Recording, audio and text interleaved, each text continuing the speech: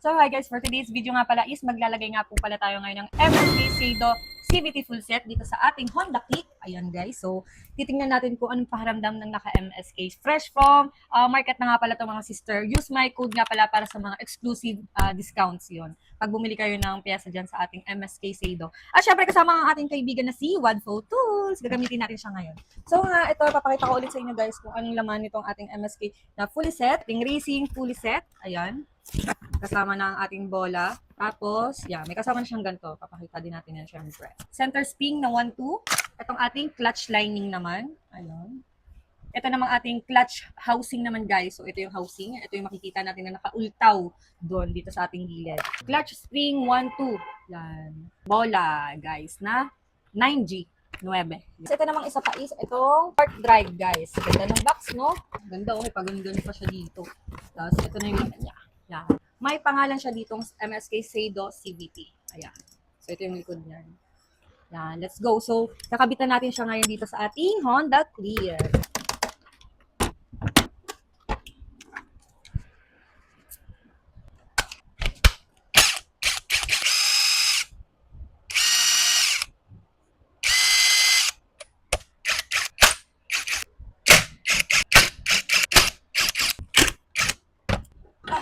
From PZ Tech nga pala ito. Ating CNC.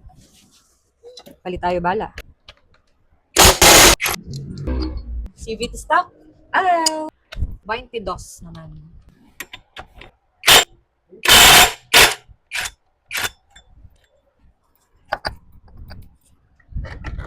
Shish!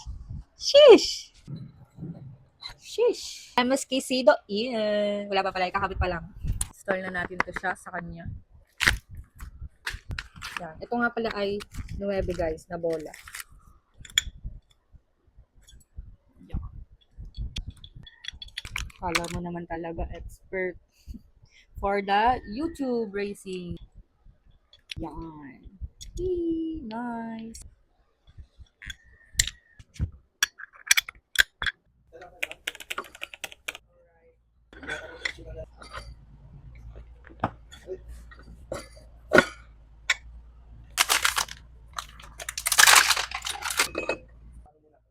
Nasaan yung asap? Wow. Loko.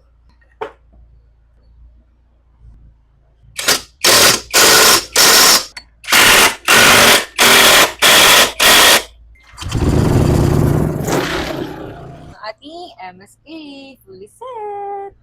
Tingin ko nga pala kay Boss Dex na padaan siya dito. Siya na nagkabit. At ang belt ay matigas.